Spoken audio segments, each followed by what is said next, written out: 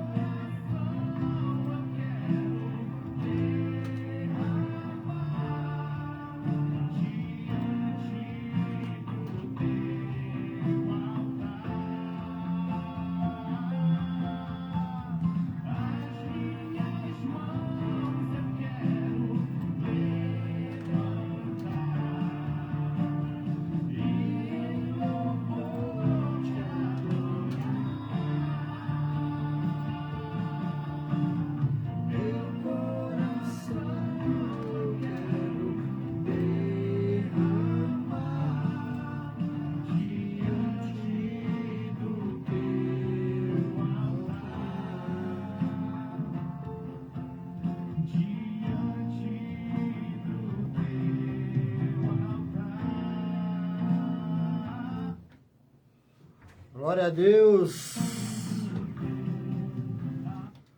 Glória a Deus que viemos nos derramar diante do altar do nosso Senhor, que viemos nos derramar diante do nosso Senhor Jesus Cristo, com toda a nossa alma, com todo o nosso ser, principalmente com a nossa vida, não só de boca, não só de palavras, mas de atitudes, com a nossa vida. É isso que Deus quer de nós, que nós viemos adorar, buscá-lo, e não com palavras somente, mas principalmente com a vida, com atitudes, com exemplo, assim como Cristo foi e é o nosso exemplo. Ele não foi exemplo só de palavras, mas foi de vida, de atitudes. Amém, meus irmãos? Glória a Deus.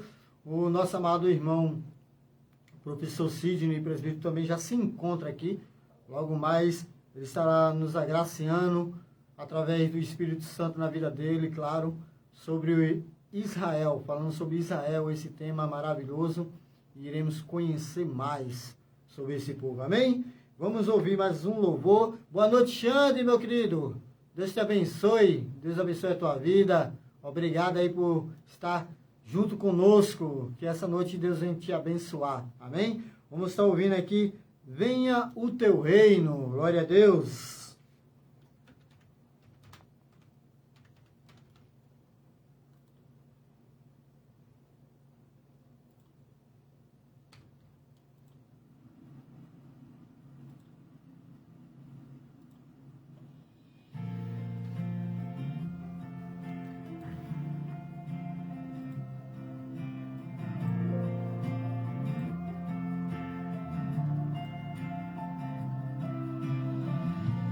Nosso Pai, que o teu nome seja mantido santo, venha o teu reino,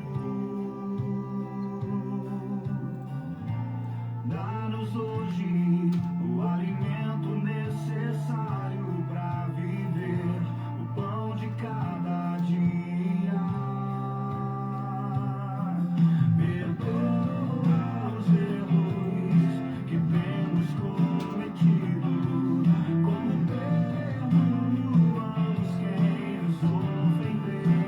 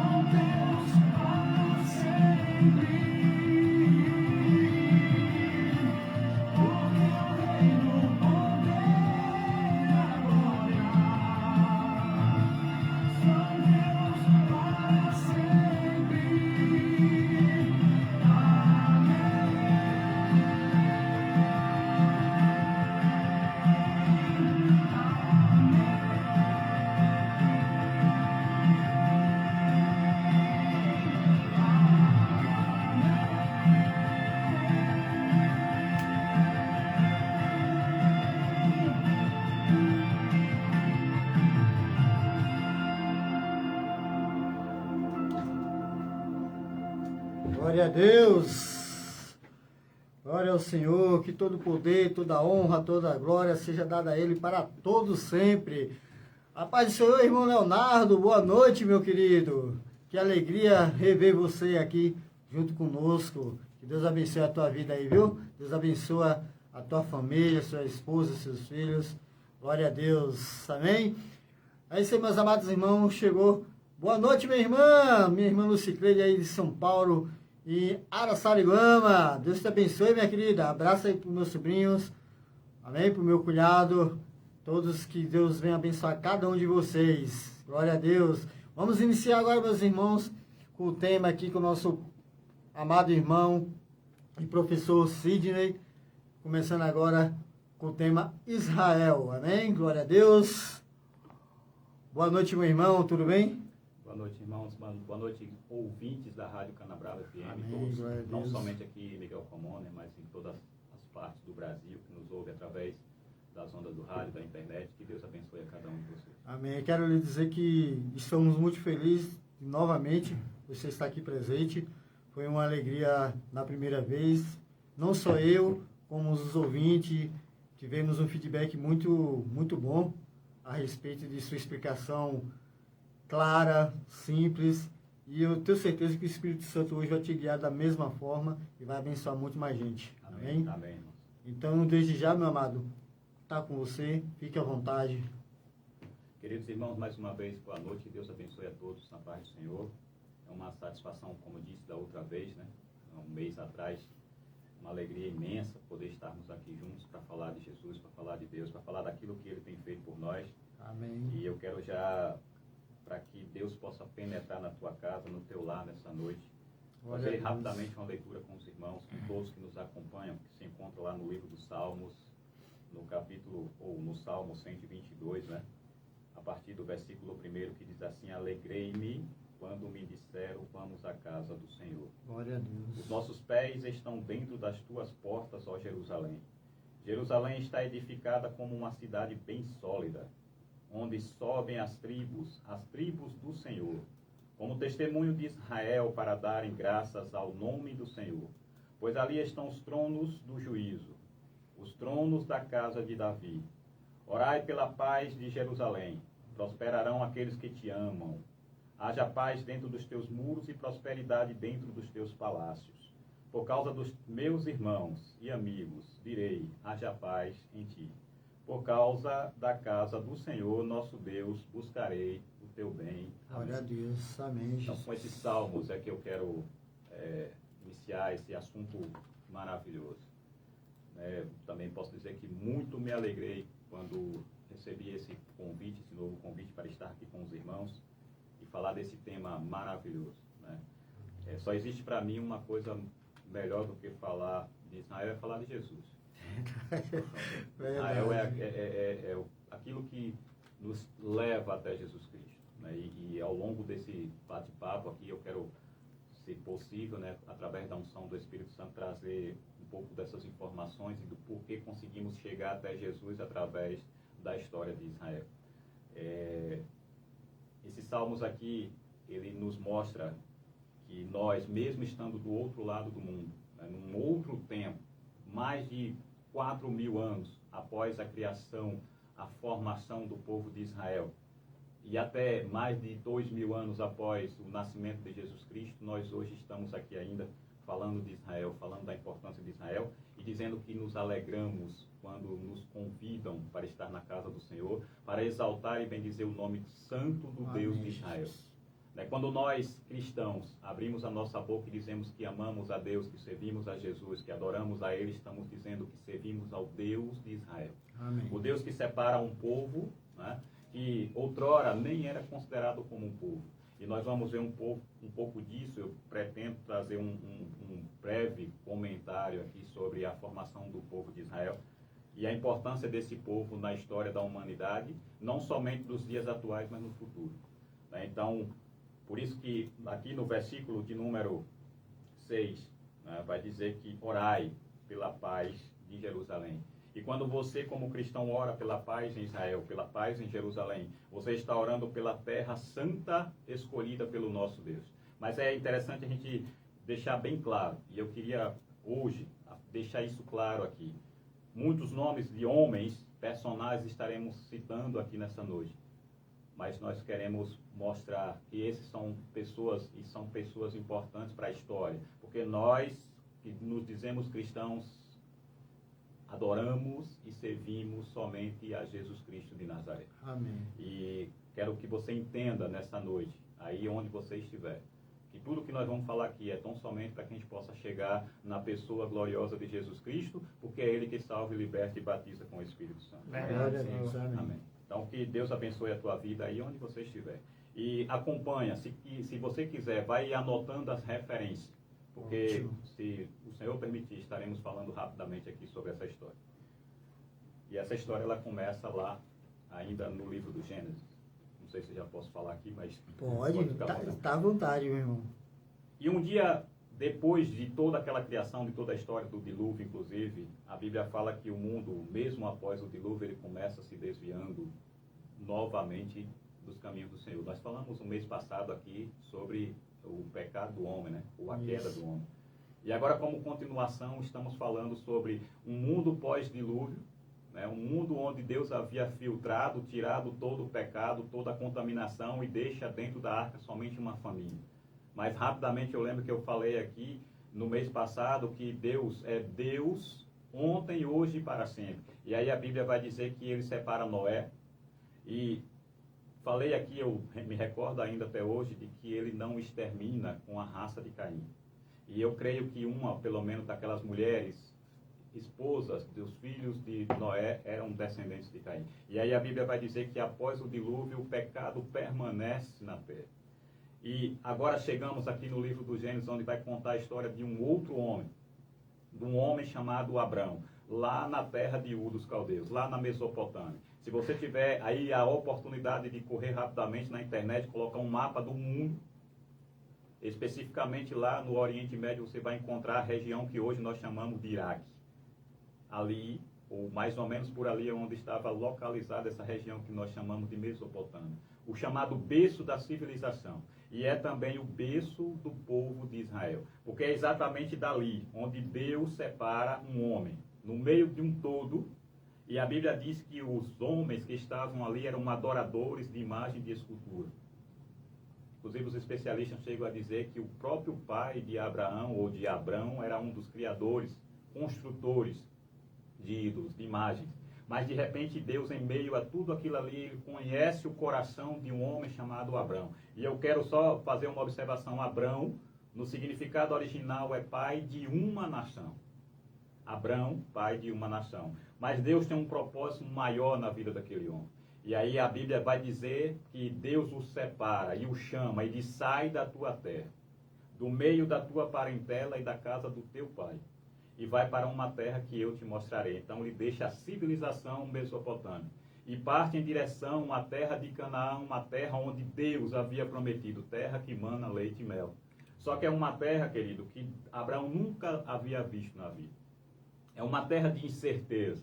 É uma terra que Abraão não sabe exatamente o que vai encontrar pela frente. Mas, no entanto, ele vai, conforme está escrito no livro de Hebreus, ou na carta aos Hebreus, que é pela fé que Abraão parte da sua terra, deixa a sua parentela e vai através do chamado do Pai, cumprindo a ordenança de um Deus que ele mesmo ainda não havia conhecido. E aqui ele mostra e deixa o exemplo para nós, que muitas vezes não é necessário que você veja os sinais, mas você vai perceber esses sinais na tua vida quando você abrir o teu coração e colocar a fé em primeiro lugar. Então é a partir daquele momento que Abraão dá início a uma trajetória, saindo da região de Harã, no atual Turquia ou Assíria hoje em dia. E dali ele desce em direção à terra de Canaã. Só que, observe uma coisa interessante, Deus não disse em nenhum momento que a terra estava vazia. Mas ele vai dizer assim: essa terra te darei e tirarei todos esses povos que estão aqui um dia. Tudo isso que você vê será pertencente a você e à sua descendência. E a ironia da coisa é que Abraão, na verdade, não tem filho. Então, como que você recebe uma promessa de que aquela terra, aquela região seria da tua descendência se você não tem filho? E pior ainda, se você é quase 100 anos de idade E para acabar de piorar a situação, ou para dificultar ainda mais a situação, você tem uma esposa que é estéril. Então Abraão certamente no seu coração pensou assim, vai ser pela fé. Porque eu já tenho quase 100 anos, minha esposa é estéril, como que eu vou gerar uma descendência que seja tão grande como as estrelas dos céus e como os grãos de areia do mar ou da praia? É um problema que eu sempre costumo dizer, que é quando o homem tenta ajudar a Deus, né? Ele começa no seu desespero, na sua ansiedade, ele começa a achar que ele precisa dar uma forcinha a Deus, como nós dizemos, né? E daí, na história de Abraão, nós vamos ver isso. Quando Abraão desce da terra de Canaã por conta de uma seca que se abate logo após a sua chegada, aí a Bíblia vai dizer que ele vai descer para uma civilização ainda maior do que a que ele conhecia, que é o Egito, já está estabelecido lá na região da África. E aí a Bíblia vai dizer que ele desce com a sua esposa, com a sua casa, com o seu sobrinho Ló. E quando ele chega na terra do Egito, ele vai dizer algo interessante. Essa daqui é minha irmã. Estamos falando de uma mulher estéril, estamos falando de uma mulher idosa, mas que a Bíblia faz questão de mencionar a beleza dessa mulher. A ponto de ela, com quase 90 anos, chamar a atenção do rei do Egito. E aí a Bíblia vai dizer que o rei toma essa mulher para ele, mas não toca nela. Por quê? Porque Deus tinha algo muito maior para aquela família. E antes que o rei viesse a possuir aquela mulher por esposa, Deus vai se revelar ao faraó no Egito. E observe uma coisa que é interessante. Quando parece que tudo está perdido, Deus de repente pega Abraão, que está vindo de uma grande seca, de uma grande fome na terra de Canaã, e ele vai fazer com que o faraó do Egito agora abençoe a Abraão com toda a sorte de bens materiais, financeiros, econômicos, e ele vai voltar para a terra de Canaã rico, diferente do que ele desceu. Ou seja, Deus pega o homem, e através da fé esse homem vem para a terra de Canaã, só ele e sua família. E de repente, quando ele sobe do Egito, agora ele sobe ele, sua família e todos os bens que ele traz da terra do Egito. Eu queria que você guardasse esse nome Egito, essa nação Egito. Ela é importante demais na história da humanidade, ela é importante demais na história da formação do povo de Israel. Abraão sobe de volta, e quando ele sobe, ele recebe agora uma promessa. O seu sobrinho Ló, ele vai habitar na região das campinas de Sodoma e de Gomorra. E ali a Bíblia vai dizer que um dia vem 3 homens, o que nós conhecemos depois como 3 anjos. Só que na verdade são 2 anjos e mais um. Os 2 anjos são os anjos da destruição e vêm para destruir as cidades e a região de Sodoma e Gomorra. E o terceiro, aquele que você poderia chamar de anjo, mas eu te recomendo não chamar, porque é o próprio Jesus Cristo que aparece a Abraão, na antiga aliança. E aí ele vai dizer assim, olha, eu venho para anunciar que daqui a um ano, tua esposa, ela estará grávida. A mulher está com quase 90 anos. O homem está com quase 100 anos. E de repente, aquele homem anuncia, o enviado de Deus vai dizer assim, ó, daqui a um ano eu volto, e quando eu voltar, tua esposa estará com uma criança. E aí a palavra vai dizer que essa mulher, Sara, outrora chamada de Sarai, ela vai rir. Porque lá no seu coração ela disse, como que posso eu, idosa, estéril, que já não tenho mais o costume das mulheres, ou seja, ela já havia passado do tempo de dar à luz, ela vai dizer, como é que eu posso ter alegria ainda, ou deleite no meu marido? E aí ela começa agora a pensar em ajudar a Deus. E uma das bênçãos que ela recebe lá no Egito é uma serva, uma escrava. E o nome da escrava é Agar. Isso aqui é interessante para a formação do povo de Israel. Porque Deus diz a Abraão, farei de ti uma grande nação. Só que o original, Abraão, significa pai de uma nação. Mas de repente Deus muda o nome de Abraão para Abraão, que agora é pai de muitas nações. Aleluia. Então Agar, ela vai receber uma ordem da parte da sua senhora Sara, que é a mãe da humanidade, ou mãe da nação. E aí ela vai receber a ordem que é a seguinte, deita-te com o meu marido, gera um filho dele, porque é uma moça, é uma menina nova, e aí Abraão vai deitar-se com ela, e dele ou dela vai gerar um filho, Ismael. E esse Ismael depois, ele é pai de uma nação, ou seja, os árabes. A Bíblia vai dizer mais para frente aí que são 12 tribos que saem de Ismael. Mas uma coisa é interessante, essa não era a nação escolhida e nem o povo eleito. Porque Deus havia dito, é da tua esposa, é de Sara, é com Sara, que eu faço uma aliança contigo nessa hora, nesse momento, nessa noite, nesse dia talvez. E aí a palavra vai dizer que de repente Sara também está grávida. E ela tem um filho, e esse filho vai receber o nome de Isaac. Sabe por que Isaac? Riso, motivo de riso. Ou seja, Sara que andava triste, Sara que já idosa não tinha como dar à luz a filho, de repente ela tem motivo de riso, de se alegrar, porque agora ela tem um menino, tem um filho, né, tem um varão, como a Bíblia fala muitas vezes. Então é o filho da velhice, é o chamado filho da promessa. Então aqui nós temos a prova de que quando Deus promete, Ele cumpre. Não importa o tempo, não importa a tua idade, não importa a tua situação, Deus é Deus, e se Ele prometeu, Ele vai cumprir. Glória a Deus. Aleluia. Só que uma coisa que é interessante, queridos, é que quando você separa um homem, uma mulher, e você diz que ele será pai de uma grande nação, e agora de repente você tem um filho, de um filho para uma nação, ainda estamos muito distantes. Porque para ser considerado como nação, é preciso ter muito mais gente do que um filho. De repente, esse mesmo filho, chamado Isaac, vai ter o seu casamento com Rebeca, né? E ele, se casando, ele vai ter, ou vai gerar 2 filhos dela. E esses 2 filhos, um recebe o nome de Esaú, Edom, e o outro recebe o nome de Jacó. E aí tem toda aquela história que vai dizer que Jacó sai segurando o calcanhar de Edom ou de Esaú. Não importa, o que importa na verdade é que lá no ventre da mãe, Deus estava trabalhando. E quando de repente Isaac vai orar e vai dizer assim, mas Senhor, o que é que está acontecendo? Por que é assim a gestação da minha esposa, que é interessante, também era estéril. E depois da oração, Deus abre a madre de Rebeca. E ela vai gerar no seu ventre, talvez, não sei informar, porque a Bíblia não deixa claro isso, mas talvez seja o primeiro caso de gêmeos da história. E aí o que é que acontece? O menor, Jacó, ou seja, o que sai depois do ventre da mãe, seria o maior. Por quê? Porque ele é abençoado por Deus ainda no ventre da sua mãe. Muito se prega por aí dizendo que Jacó é enganador. Mas, na verdade, Jacó é aquele que acha graça aos olhos de Deus. Muitos vão dizer que ele engana o seu pai, que ele é ajudado por sua mãe, vai enganar o seu irmão. Mas eu quero que você tire isso da sua mente nesse momento. Porque se ele fosse enganador, se Jacó fosse alguém desprezível, Deus não teria escolhido.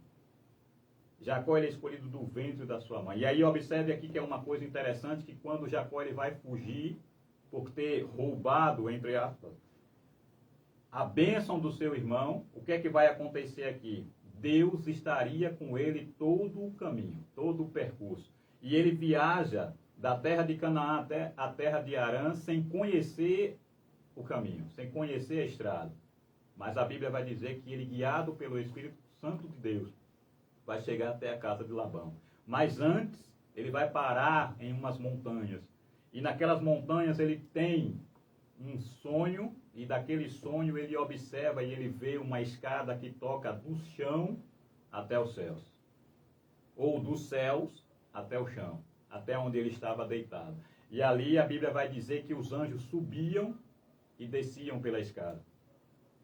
E quando ele observa isso e quando ele acorda, ele vai dizer aqui, eu sei que aqui é terra santa. Eu sei que aqui é a casa ou a morada de Deus. E por isso ele vai batizar aquele lugar de Betel. Casa de Deus, porta dos céus. Amém? Jesus. Todas essas coisas, todos esses detalhes fazem muita diferença. Muitas vezes a gente não se atenta para isso, mas depois Betel vai se tornar a capital do Reino do Norte. Verdade. É interessante isso aqui. Então, esse nome, Onde esse vão homem fazer? chamado Jacó, vai, e quando ele chega na terra dos seus parentes, ou da família da sua mãe, do seu pai, e ele ali vai encontrar o seu tio, sua tia, sua família, os seus antepassados, seus primos e primas, e aí a Bíblia vai dizer o seguinte, que Deus havia prometido a ele que ele iria e retornaria em paz. E ele, para fazer prova disso, ele faz um voto dizendo, se eu for, e o Senhor for comigo, e eu retornar em paz, eu darei o dízimo de todas as coisas que eu adquiri naquela terra.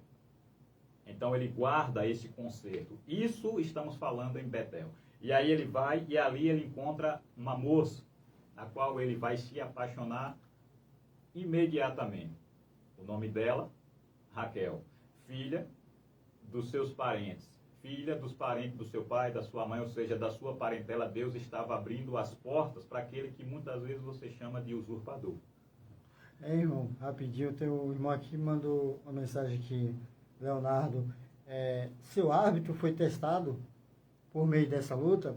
Jacó revelou o que era mais importante para ele. Ele mostrou que estava disposto a permitir que Deus prevalecesse em sua vida. Em resposta, Deus mudou seu nome de Jacó para Israel, que significa permita que Deus prevaleça. Aquele que lutou com Deus e prevaleceu. Né? Ou, em outras palavras, aquele que prevalece em meio às lutas, em meio às... Que Deus abençoe, irmão Leonardo. É exatamente isso que acontece quando Jacó, chegando na casa dos seus familiares, ele encontra não somente uma, mas duas primas. E isso aqui é interessante porque nós precisamos chamar a atenção que naquele momento Deus está preparando uma família para aquele seu escolhido. E ao invés de lhe dar apenas uma esposa, porque Deus havia feito uma promessa para Abraão, havia confirmado essa promessa em Isaac, e na trajetória de Jacó até a terra de Harã, ele vai reafirmar essa promessa. Eu sou o Deus de Abraão, o Deus de Isaac, o Deus dos teus pais. Se você andares nos meus caminhos, nos meus estatutos, serei contigo, e você será o meu povo. E eu farei de ti uma grande nação. Ô, meu irmão, na questão da luta eu sei que passou desse tempo, mas posso perguntar, né? Pô, com certeza. Que Jacó lutou ali. Aquele seria Jesus? Nesse caso, a Bíblia chama de anjo, né? Chama mesmo de anjo. E nós sabemos que existem as ramificações, né, nos céus, e existem as miríades, né? Existem os anjos, existem os arcanjos, existem os serafins, os querubins e tal. E Jesus não é anjo. Uhum. Né? No texto fala, né? E ele lutou contra Deus. Né? Aí por isso que Só tem que essa questão. existem os anjos guerreiros. Né? Miguel e os seus anjos são os anjos guerreiros. Então Jesus não luta. Jesus ele não guerreia como os homens guerreiam. Jesus guerreia como Deus. Jesus ele é Senhor dos exércitos. Jacó não teria jamais chance alguma de lutar contra Jesus Cristo, porque ele é Senhor dos exércitos. O que a Bíblia quer mostrar para nós também, na verdade, não é simplesmente uma luta, uma batalha no sentido físico e no sentido bélico, mas é uma batalha para que Jacó possa entender que aquela trajetória que ele está iniciando naquele momento, que ele está vivendo naquele momento, é uma batalha de Deus. É aquilo que nós chamamos de batalha espiritual. Não era simplesmente uma batalha com os homens, não era uma batalha fugindo do seu irmão, mas era uma batalha para descer Jacó, e conforme o próprio irmão Leonardo já disse aí, voltar a Israel. Glória a Deus. Ou seja, é uma preparação, é aquele chamado deserto que os crentes falam, né? Você passa no deserto, passa no vale, para que você possa Seja voltar provado, melhor. né? Então, quando o Jacó, e aí, aquela história toda que a gente vai resumindo aqui, porque o tema é muito grande, né? Mas quando ele se casa lá, na família dos seus parentes, ele se casa primeiramente com Léia, contra a sua vontade, né? E aí não importa o motivo, a Bíblia fala claramente que ele se enamorou, ou seja, se apaixona por Raquel, e de repente ele é enganado. E aí aqui é a ironia, né? Aquele que saiu como enganador, agora é enganado. Isso exatamente para que ele pudesse perceber que não era como ele queria, mas como Deus quer. E aqui ele vai entender o seguinte, Deus está me provando. E ele vai se esforçar ainda mais quando ele chegando para o seu sogro, ele vai dizer assim, você me enganou. Aí o sogro vai apresentar uma proposta. Você trabalha mais 7 anos. E eu te darei aquela que você ama, te darei Raquel. Então são 7 anos por Léia, 7 anos por Raquel e mais 7 anos para sair. São 21 anos. 7, 7, 7. É o chamado número perfeito, né? E aqui ele vai, sem entender o que está acontecendo, cada vez mais prosperando dentro da terra de Arão. Ou seja, quanto mais tempo ele passava ali, mais ele se enriquecia. E de repente o seu próprio sogro começa a perceber isso. Deus está com esse rapaz. Então é melhor que ele saia daqui, porque senão ele vai enricar demais e eu vou ser servo dele. Ou seja, onde o servo do Senhor está. É por isso que nós falamos, é a questão da bênção, né? A bênção é tua, muitas vezes ela se espalha para quem está do teu lado, mas a bênção é tua. Verdade. Então, quanto mais as pessoas tentam te destruir, mais Deus vai te abençoando e as pessoas daqui a pouco vão ter que falar exatamente como os egípcios fizeram. Sai daqui, povo de Israel, pelo amor de Deus, porque senão vocês se tornarão mais fortes que nós. Jacó sai como Jacó, como nós já dissemos, e de repente volta como aquele que combate com Deus, ou seja, aquele que consegue vencer as batalhas espirituais. Nós estamos falando de Israel. Então, muito se fala sobre Israel hoje com relação à guerra que está acontecendo. Entenda só uma coisa, Israel é aquele povo abençoado por Deus. Ainda que esse aí atual não seja o Israel de Deus, a nação continua a mesma, a promessa continua a mesma e o Deus que prometeu continua o mesmo. Glória a Deus. Amém? Amém.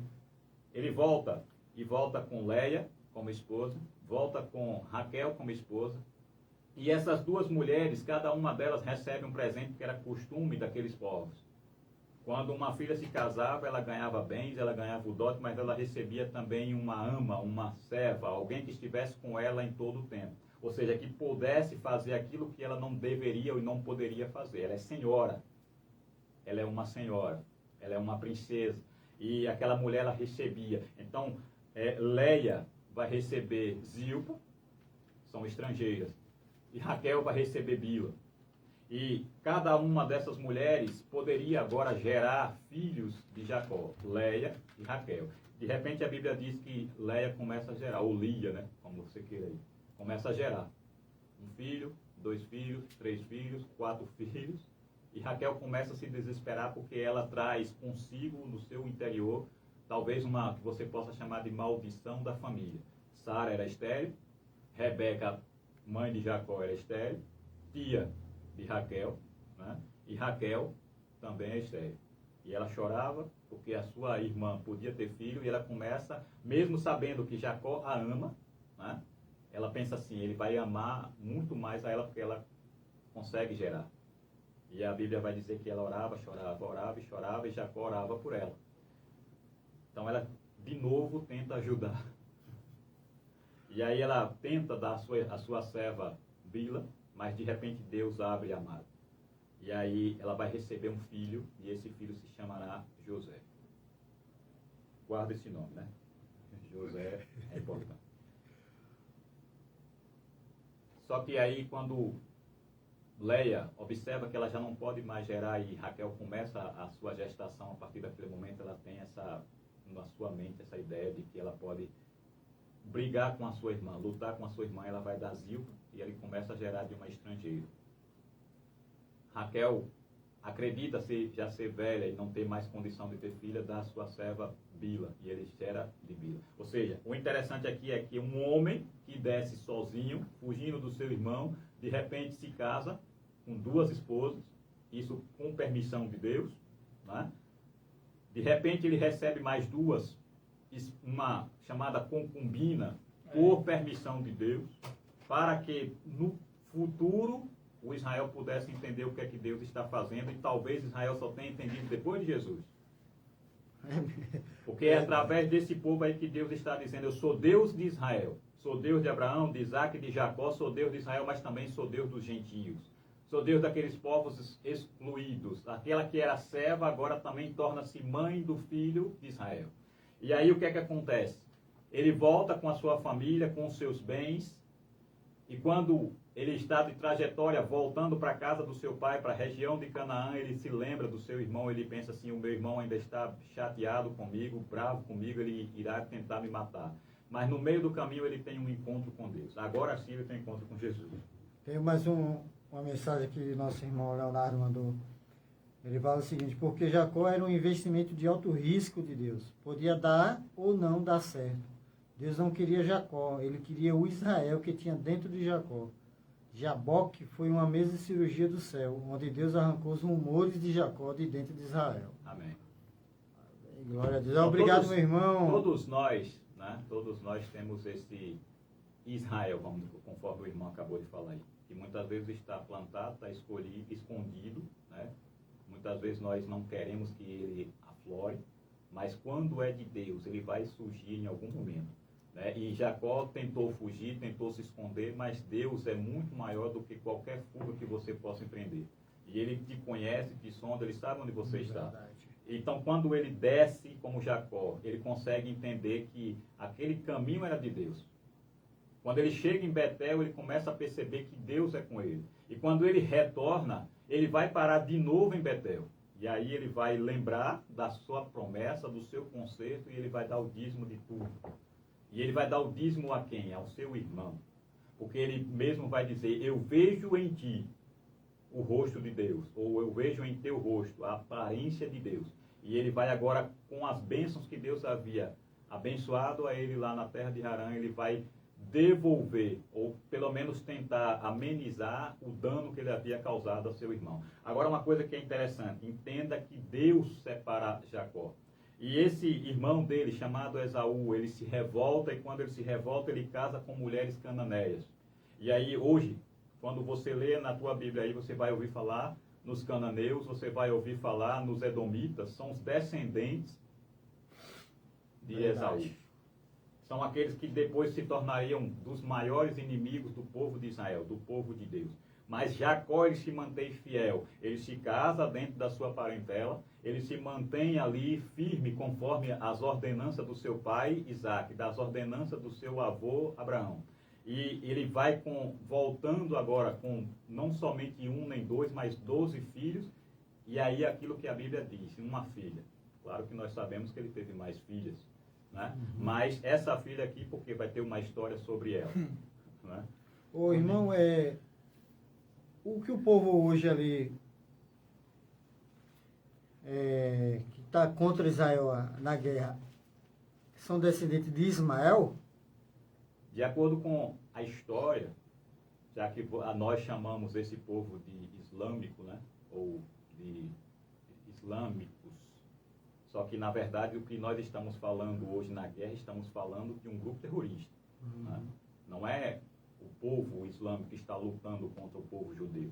É um grupo terrorista separado, chamado Hamas, separado, que inclusive tem causado problemas, inclusive para o próprio povo da Palestina. Né? Também, né? Então são revoltosos. É como se um grupo terrorista se levantasse contra o Brasil, né? E você tem que lutar contra ele. Não é uma nação. É igual como aconteceu em Israel ali, quando o povo se revoltou contra Moisés ali, né? É, exatamente. Então, tudo bem, a gente pode entender que o grupo chamado Hamas, né, é parte do povo islâmico. Mas não é o povo palestino que se levantou. É só da descendência, talvez, mas... Exatamente. Agora aqui, ó, uma coisa que, até para a gente poder chegar nisso daí, né, Deus ele vai permitir conflitos, né, para que vá moldando esse Jacó, agora chamado Israel. Deus vai permitir um conflito dentro da própria família dele. Esse conflito ele vem através daquele que eu falei agora há pouco, José. José, após a morte da sua mãe, logo depois do nascimento de Benjamim, seu irmão, a Bíblia vai dizer que ele torna-se o queridinho do seu pai. Por quê? Porque ele é filho daquela que Jacó amava, ou Israel amava. Né?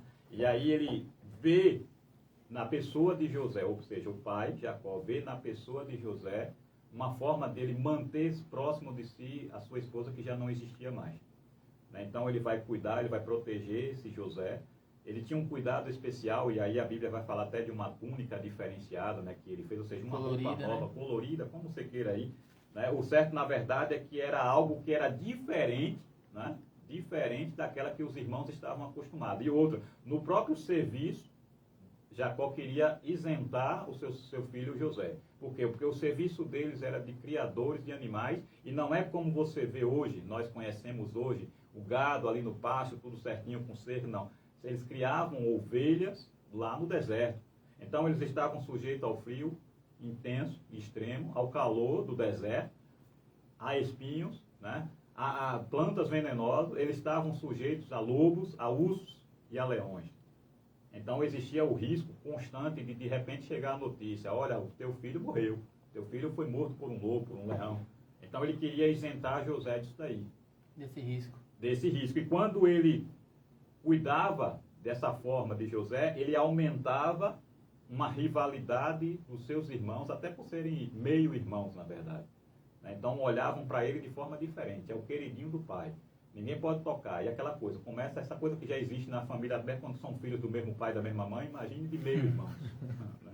Então começa a gerar um ciúme, aquilo mesmo que aconteceu lá na história de Adão e Eva. E aqui, ó, é interessante porque Jacó sabia disso. Jacó conhecia essa situação. Só que, como eu disse, ele queria proteger por ser filho de Raquel. E aí Deus começa a agir nessa coisa. Deus pega esse menino José e coloca ele para sonhar. E quando ele começa a sonhar, o sonho de José é um sonho diferente do normal. Ele sonha que os seus irmãos se dobrariam diante dele. E quando ele fala isso para os seus irmãos, qual é a reação? Vamos te matar, menino. Você está perturbando demais. Revolta. Quando José talvez não consegue entender direito o que é que está acontecendo, Deus dá um outro sonho diferente.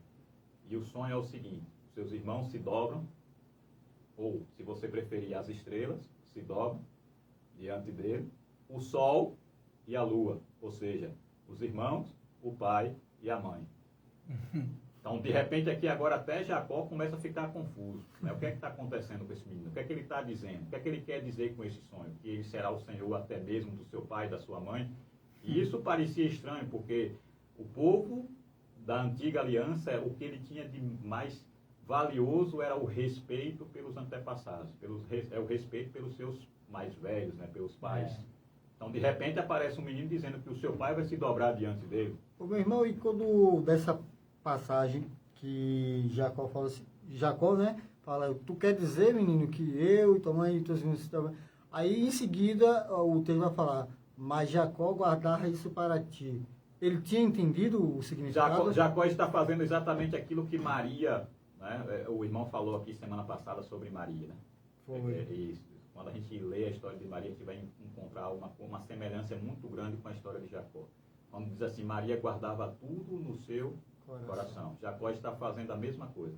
Ele está dizendo assim, ó, eu sei que parece estranho para os meus filhos, eu sei que parece estranho para mim como ser humano, mas eu tive um encontro com Deus. E eu sei que o agir de Deus é diferente do agir dos homens. E aí ele vai guardar no seu coração aquilo que ele estava vendo, talvez não entendendo como nós, né, como ser humano, mas dizendo, deixa Deus trabalhar. Né, porque eu sei que aqui tem algo de Deus. E aqui, ó, é interessante quando eu falo do conflito na família, é porque lembra de Esaú, né? Lembra de Edom, e lembra de Ismael, que são tios, né? Irmãos de Jacó e dos seus meninos aqui agora, de repente eles voltam a aparecer na história. Os irmãos de José vão cuidar dos animais, passam um dia, 2, 3, Jacó começa a ficar preocupado, alguma coisa pode ter acontecido. Então vou arriscar. Vou mandar meu filho. Entende isso aqui? O mundo está perdido. Deus diz, vou mandar o meu filho. Glória a Deus. Aí Eita, ele manda o seu filho, Jacó. Manda o seu filho, José. Quando ele vai na trajetória, de repente, de longe ele vê aí a Bíblia assim, veio para os seus e os seus não receberam. Estamos falando de Jesus agora, né? Com José acontece a mesma coisa. José é aquele chamado primeiro tipo de Cristo no Antigo Testamento. José vai, quando José chega, aí a Bíblia vai dizer que começa a surgir nomes de pessoas interessantes aqui. E um desses nomes é Judá. É o quarto filho de Lia. Surge um outro nome também interessante chamado Levi, que é o terceiro filho de Lia. Que de repente você diz assim, que esses homens aí não tem importância nenhuma. Tem. Nós vamos ler daqui a pouquinho aqui. Aí o que é que acontece? A conversa entre eles é, vamos matá-lo. E aí Judá disse assim, opa, de jeito nenhum. Ele é nosso irmão. Só que aí a Bíblia vai dizer que eles lançam José numa cova, que não tinha água, né, ou um poço. E quando eles saem, vão cuidar dos animais, de repente a Bíblia vai dizer que nem Rúben, nem Judá estavam. E aí o que é que acontece? Aqueles que estavam vindo uma caravana de ismaelitas, Deus havia separado Ismael, dito e feito uma promessa para sua mãe, dizendo assim, não te preocupas com esse menino, porque eu farei dele uma grande nação e eu tenho um propósito na vida dele. Aí, de repente, esse povo de Ismael agora já é um povo grande, a ponto de haver caravanas de ismaelitas atravessando o deserto da Judéia, né? E agora indo em direção ao Egito para fazer comércio. Rapaz, Deus prepara todo o caminho. maravilhoso. E Deus vai pegar os ismaelitas e ele vai pegar os irmãos de José, sem que eles pudessem perceber e dizer assim, então tá certo, ao invés de matá-lo, nós vamos vendê-los para esses ismaelitas que estão passando aí. E aí eles vão pegar, vende por quantas moedas? Coincidência. E José desce, vendido como escravo. Eles não sabem o que vai acontecer, eles simplesmente começam a se preparar para dizer ao seu pai, morreu, um animal certamente comeu, aqui está as suas vestes, para provar que era o teu filho, mancham de sangue. José desce também na incerteza, mas no seu interior tem o sonho que Deus havia dado para ele. E ele desce com aquela esperança de que Deus não o havia desamparado. Ele é um jovem, ele é mais ou menos de 17 anos. E quando ele chega no Egito, uma terra totalmente diferente, uma cultura diferente, deuses de todos os tipos. Ou seja, entende isso aqui, Deus nunca esqueceu dos gentios. Por isso que eu disse, Abraão não é pai de uma nação. Abraão é pai de muitas nações. E Deus não se esquece do Egito e ele manda o seu servo para lá. Inclusive, Varão, tem uma passagem aqui em Gênesis 12 mesmo que relata exatamente o que você está falando, que Deus não esqueceu dos gentios, que diz assim, ó, Gênesis 12, 3, ó, e abençoarei os que te abençoarem, e amaldiçoarei os que te amaldiçoarem, e em ti serão benditas todas as famílias da terra. Todas. Não são todos os filhos de Israel. Exatamente. São todas as famílias. Se você, hoje, nós, que estamos lá do outro lado do mundo, dissemos assim, nós amamos Israel, nós servimos a Jesus Cristo, escolhido de Deus para ser o Senhor de Israel, aí ele vai falar, em ti serão benditas todas as nações da terra, todos os povos. E lá no Apocalipse ele vai dizer, comprou com seu sangue homens, mulheres de todas as tribos, raças, línguas e nações, e fez reis e sacerdotes para Deus nos céus. Aleluia, Amém. Jesus. José chega no Egito, José vai parar exatamente onde Deus queria, na casa do servo do faraó, do general do faraó, na casa de Potifar. Muito se prega assim, e a mulher de Potifar, e Potifar não lembrou do que José havia feito, não, é tudo plano de Deus. Deus não colocou José para estar na casa de Potifar, Deus não colocou José no Egito para ser senhor da casa de Potifar, Deus colocou José para ser governador no Egito. Deus mandou Jesus Cristo aqui na terra, não foi para estar na parede da casa de algumas pessoas pendurado numa cruz. Ele colocou Jesus para salvar este mundo através da cruz, arrancar você das mãos de Satanás e te colocar sentado à direita dele no céu. Amém. Aí o que acontece? José chegando no Egito, ele vai parar na casa de Potifar, ele vai abençoar a família de Potifar, porque a Bíblia diz que Deus era com ele.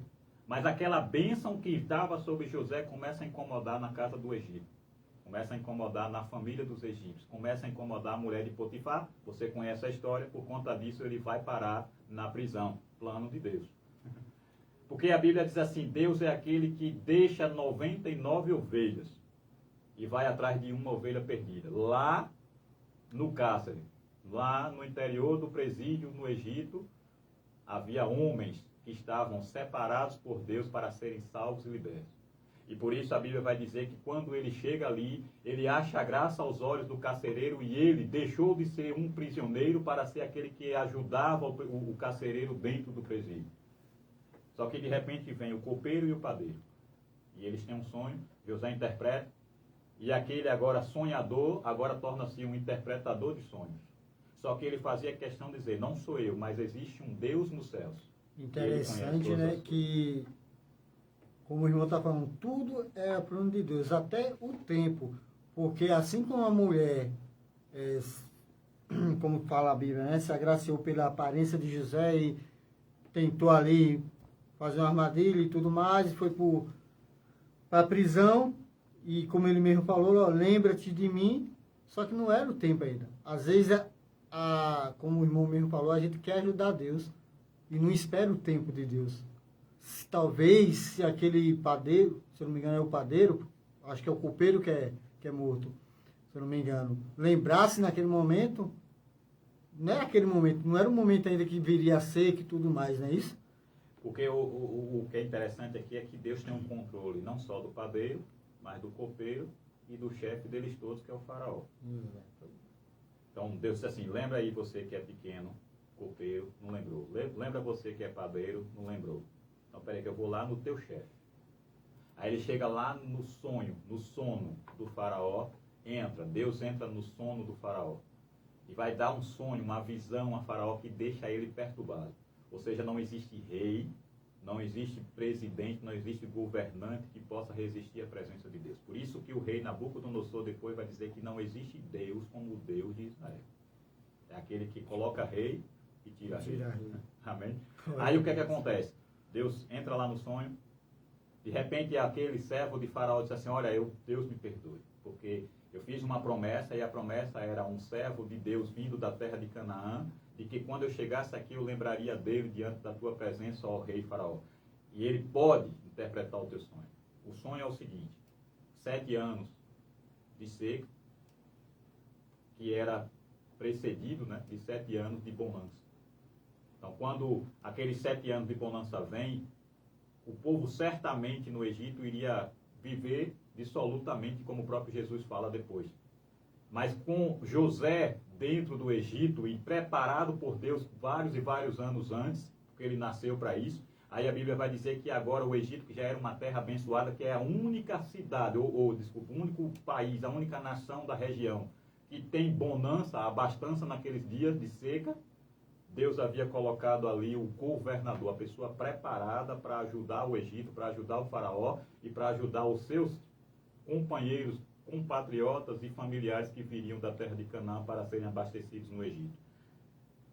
José interpretando o sonho, de repente o faraó faz uma interrogação, e o que eu devo fazer? Porque quando você está diante de Deus ou do servo de Deus, você não é mais Senhor.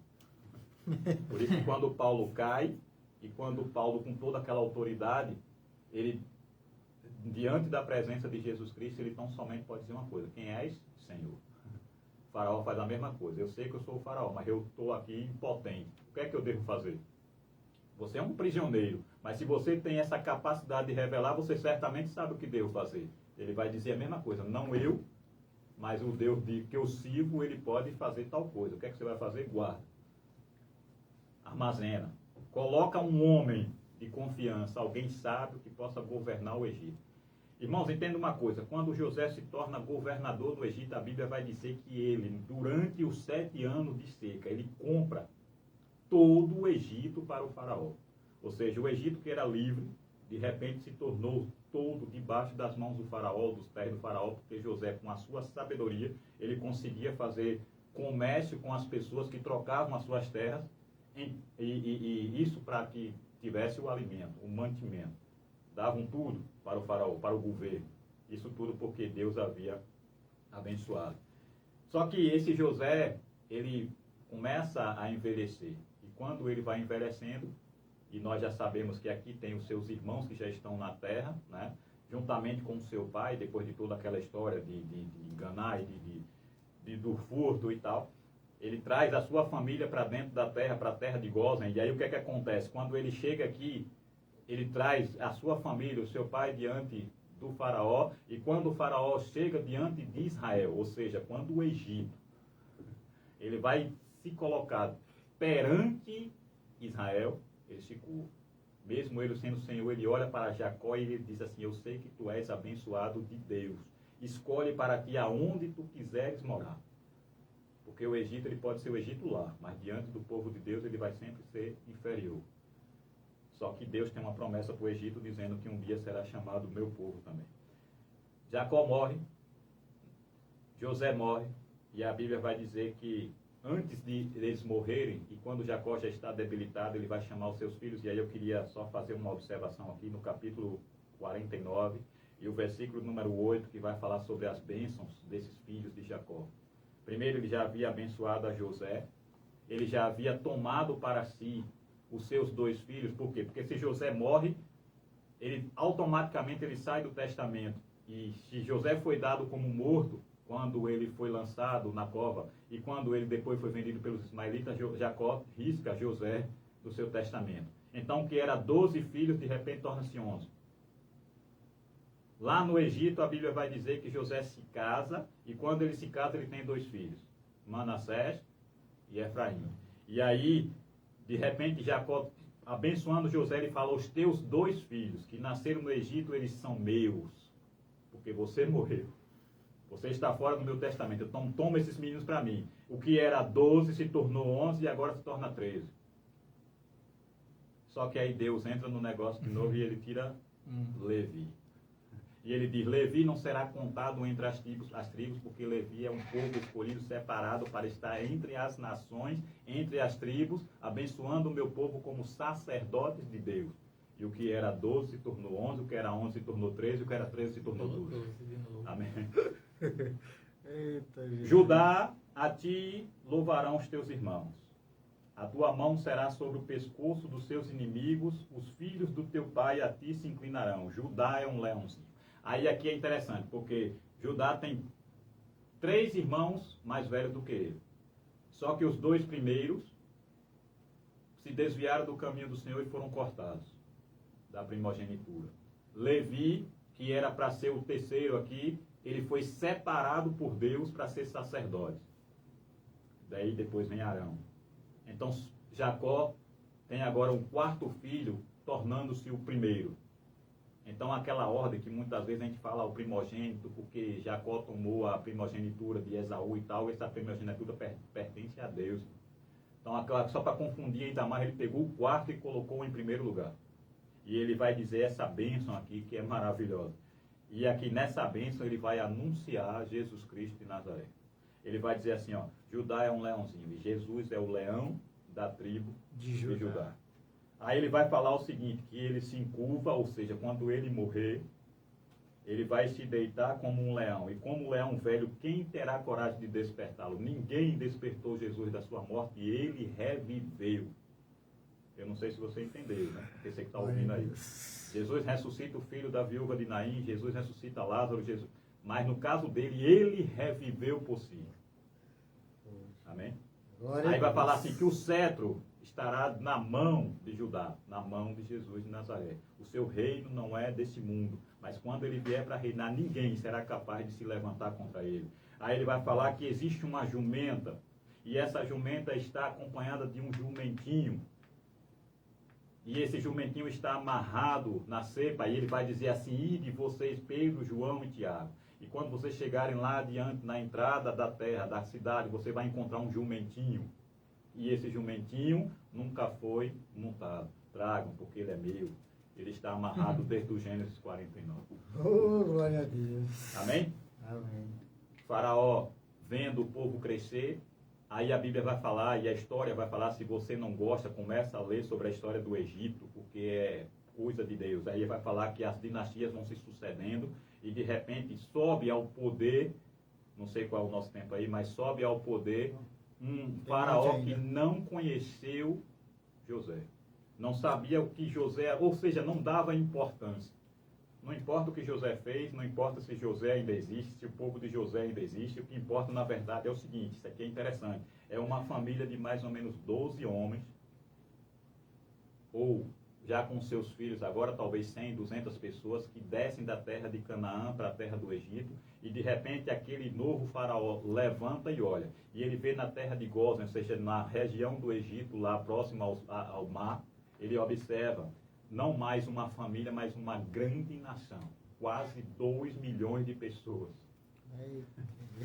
Ou seja, Deus pega Jacó e seus descendentes e coloca no Egito para frutificar, para prosperar dentro do Egito. Só que tem um problema, o comodismo. Quando Israel está no Egito com a bonança, com a abastança, ele se esquece da promessa de Deus. E a promessa não era no Egito. A promessa é na terra de Canaã, terra que mana leite e mel. E por conta desse comodismo, eles não quiseram retornar para Canaã. O tempo vai se passando, 400, 420 anos, não é isso? E aí o que é que acontece? De repente, o sofrimento se abate para que eles pudessem entender que ali não era sua terra. Então aquele faraó vai agora escravizar o povo de Israel. E a ideia da escravidão aqui é algo interessante. Não é simplesmente porque ele queria fazer o povo escravo, mas é que ele queria enfraquecer aquele povo, porque a Bíblia vai dizer, e a história vai dizer também, que quando uma família no Egito tinha 2 filhos, ou 3 no máximo. Numa família de judeu, numa família dos israelitas, lá dentro da terra do Egito, tinha 4, 5, 6, 7, 10 filhos. Ou seja, quanto mais nascia menino, e de repente o faraó pensa assim: se eu deixar, daqui a pouco serão maiores do que nós, ou maiores do que eu, e juntarão com outros povos, porque o Egito é porta de entrada da Europa, é porta de entrada da África, é porta de entrada do próprio Oriente.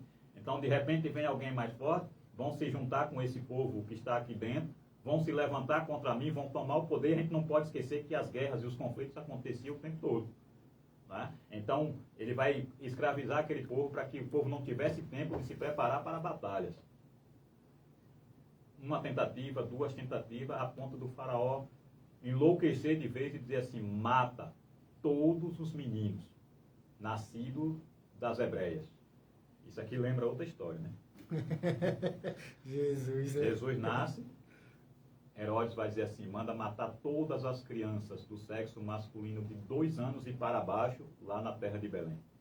E aí a palavra vai dizer assim o seguinte, ó, Raquel chorando seus filhos, que já não existem mais. Raquel por quê? Porque ele está falando dos filhos de Raquel, dos filhos de Leia, dos filhos de Israel que estão dentro da terra do Egito, vendo seus filhos morrerem, homens morrendo, meninos morrendo o tempo todo, porque muitos morreram. Só que Deus continua no controle, e ele separa uma família da tribo de Levi. Olha Levi voltando. Ele separa um homem, separa uma mulher. Esse homem, essa mulher já tinha 2 filhos, Arão e a sua irmã, Miriam, e de repente nasce um que seria aquele que iria morrer, porque ele estava de 2 anos para baixo, né? Ou seja, ele é novo ainda. Os que já nasceram, deixa aí, a gente escraviza, mas quem está nascendo agora, mata. E aí a Bíblia vai dizer que ele toma, a mãe toma um cesto, coloca o menino, pega a sua irmã, profetiza, e diz: vai vendo o que vai acontecer aí. E ela vai no mar, né, ou no rio, acompanhando o andamento, a trajetória daquele cesto. E aí tem coisa que só Deus pode fazer, né? O cesto poderia ter vindo parar aqui em Miguel Comum, mas esse cesto vai parar no colo da filha do faraó, que naquele dia, naquele momento, desce ao rio para se banhar, para se purificar. É um processo, não era um banho normal, era um processo de purificação feito por todos os egípcios, inclusive um ritual de sacrifício, né? De consagração. Ele estava no rio Nilo, né? E observe uma coisa: existe hoje um animal ainda muito famoso que é o chamado crocodilo do Nilo. Estavam todos com as bocas fechadas porque o cesto de Deus está passando. É verdade. Ele vai parar no meio dos juncos. Aí de repente o menino Lembrei chora. de Daniel. Né? O menino chora, as servas observam e dizem: ó, tem um cesto, e esse cesto tem um choro, o choro é de um menino. O menino certamente é de uma das mulheres hebreias. Então pega ele para mim. A filha do faraó agora é mãe de um judeu. Ela se faz mãe do escolhido de Deus. E aqui eu quero chamar a atenção para você, que nós chamamos aquele de o escravo que de repente se torna herdeiro do trono do Egito. Ou seja, Deus está lembrando para o Egito: olha, assim como eu coloquei José como governador aí, abaixo somente do faraó, eu posso colocar Moisés agora acima do faraó. E Moisés vai crescendo, né? Recebe um nome egípcio, ele vai crescendo em todos os costumes e tradições e cultura egípcia. Ele já não é mais um judeu, ele é um egípcio. Ele é preparado dentro do Egito. Agora, outra coisa que eu quero chamar a atenção para vocês. Quando Herodes manda matar todas as crianças, a Bíblia vai dizer que Deus se revela em sonho a José, e não a Maria, mas a José. Ele vai dizer: pega o menino, sua mãe, e desce para o Egito. Desce para o Egito. Porque eu já tenho preparado ali um lugar para que Herodes não mate o menino, porque eles querem matar. E José desce. E quando ele desce, ele fica lá por mais ou menos 2 anos. Jesus esteve no Egito por 2 anos. E muitas vezes a gente não vê isso em pregações. E aí a Bíblia vai dizer que quando Herodes morre, o mesmo anjo, o mesmo Deus se apresenta a José e diz assim: volta para a terra dos teus antepassados, a terra de Israel, porque aqueles que procuravam matar o menino já morreram. E aí a Bíblia vai dizer assim, que ele começa a voltar para que se cumprisse o que estava escrito por ele, dele, que diz assim, que do Egito levantei o meu filhos. Então esse Egito ele é muito importante, né? Por mais que ele também seja hoje uma nação árabe, mas ali tem uma importância muito grande para a história do povo de Israel, para a história do povo de Deus e até mesmo na história do cristianismo, porque dali Deus levanta o seu filho. Por quê? Porque Moisés havia dito no deserto, um dia Deus levantará um igual ou superior a mim, ser filho, Jesus Cristo de Nazaré. Amém? Amém. Então essa bênção aqui, que Jacó inconscientemente vai vir abençoando os seus filhos, né? Ele está dando todo o poder e autoridade a esse filho chamado Judá. E Judá é aquele que depois vai gerar muita gente, inclusive Jesus de Nazaré. Por isso que ele é chamado de leão da tribo de Judá. Ele é o rei de Judá, ele é o rei de Israel. Ele é descendente de Davi, que é da tribo de Judá. O trono está na mão dele, o cetro está na mão dele, e ele é o Senhor de todas as coisas. Glória a Deus. Então esse Moisés agora ele é herdeiro do faraó. Só que não foi isso que Deus havia preparado para ele. Deus está colocando Moisés dentro da terra do Egito para que ele pudesse conhecer toda a história do Egito, não somente a força, mas também as fraquezas, as fragilidades. Ele é treinado como um soldado egípcio. E quando ele está preparado para assumir o trono, se fosse necessário, ele é tirado por Deus de dentro do Egito, para que ele não deixasse subir ao seu coração que era egípcio. Deus começa a incomodar Moisés e começa a fazer com que ele desça para a terra onde estava habitando os seus parentes. E ele começa a ver o sofrimento. E ele começa a se incomodar com aquilo. E aí a Bíblia vai mostrar que ele mata um egípcio e aquela coisa toda para defender um judeu. E por conta disso ele foge da terra do Egito, porque o Egito quer matá-lo. Ou seja, aquele que era herdeiro agora está sendo procurado, está sendo caçado, está sendo dado como alguém que poderia receber alguém poderia receber aí uma recompensa se matasse ou se entregasse Moisés. Seu irmão, meio-irmão, sobe ao trono e ele vai para onde? No deserto. No deserto de Midian. Deus é tão bom que ele não vai parar em qualquer lugar, ele vai parar na casa de um sacerdote de Midian. Mas não é um sacerdote qualquer. A Bíblia deixa muito claro que ele é um sacerdote do Deus Altíssimo. Ele mesmo sendo estrangeiro, numa terra estrangeira, ele servia ao Deus de Israel. Glória a Deus. Ele tem uma filha, ele se casa, Moisés se casa com uma filha do sacerdote, e o sacerdote chama-se Jetro. E quando ele pensa assim, agora está tudo resolvido, vou ficar aqui mesmo cuidando das ovelhas do meu sogro, vou crescer por aqui, frutificar por aqui, Deus disse assim, mas eu não te chamei para isso. Tem outros planos. O negócio é lá no Egito. Eu quero só que você deixe tudo, sua mãe, seu pai, seu sogro, sua mulher e os seus filhos, e volta para o Egito, porque eu tenho preparado algo maior. Vou tirar meu povo da terra do Egito, porque eu sou o Deus de Abraão, de Isaac, o Deus dos teus antepassados, e eu te levo para lá como braço de Deus. E com mão forte e com braço estendido, eu arranco o meu povo de lá por tua mão. Ele vai dizer assim, como é que pode ser isso? Se eu não sei falar, se eu sou gago, se eu não sei o quê, se eu não estou preparado. A ponto dele chegar e dizer assim, o meu irmão Arão estaria muito mais preparado que eu. E Deus está dizendo assim, beleza, eu posso até colocar Arão também, mas meu negócio continua sendo contigo. Ou seja, muitas vezes nós dizemos isso para Deus, né? Por que eu que vou pregar? Né? Por que eu que vou ter oportunidade? Se fulano ali é muito melhor do que eu. É melhor na tua cabeça, né? Na minha cabeça. Mas Deus chamou por você, então é você. Porque o negócio de Deus é contigo. Então se ele te chamou, ele garante, né? Uhum. Moisés desce, liberta. Você conhece a história das pragas. E aqui começa de fato a história de Israel. Israel entra no deserto da Judéia. Entra no deserto para entrar na Judéia. Só que antes de chegar na terra prometida, a Bíblia vai dizer o seguinte, que havia uma barreira. Essa barreira chama-se povos, formado pelos ismaelitas, pelos edomitas, pelos cananeus. E alguns deles, Deus havia separado dizendo, não farás batalha com esse povo. E aquela trajetória que era para acontecer em talvez algumas semanas, alguns meses no máximo, tornou-se em 40 anos.